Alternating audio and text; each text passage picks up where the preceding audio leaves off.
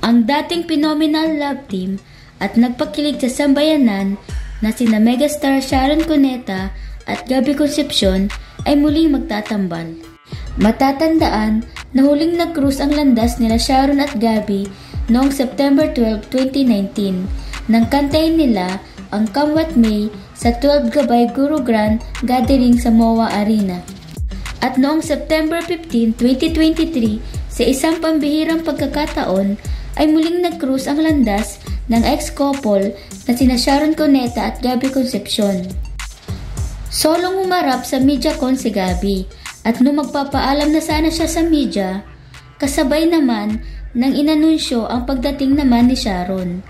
Kaya napang-abot ang dalawa sa ginanap na MediaCon sa Glass Ballroom sa Okada, Manila.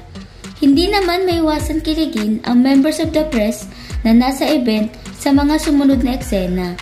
Lalo na nung inalalayan ni Gabby si Sharon para umakyat ng stage at nagbiro pa ito kay Sharon. Ang MediaCon ay para sa kanilang upcoming reunion concert, ang Dear Heart, na gaganapin sa MOA Arena sa October 27, 2023. Kaya, muli natin makikita ang dalawa na magtatambal at magsasama. Alam mo ba na taong 1981, noong unang nagtambal sina Sharon at Gabby sa pelikulang Dear Hearts, na siya rin tawag sa kanilang concert ngayon. Kung bago ka lang dito sa aking YouTube channel ay mag-subscribe na para lagi kang updated sa mga bago naming showbiz topic. Thank you!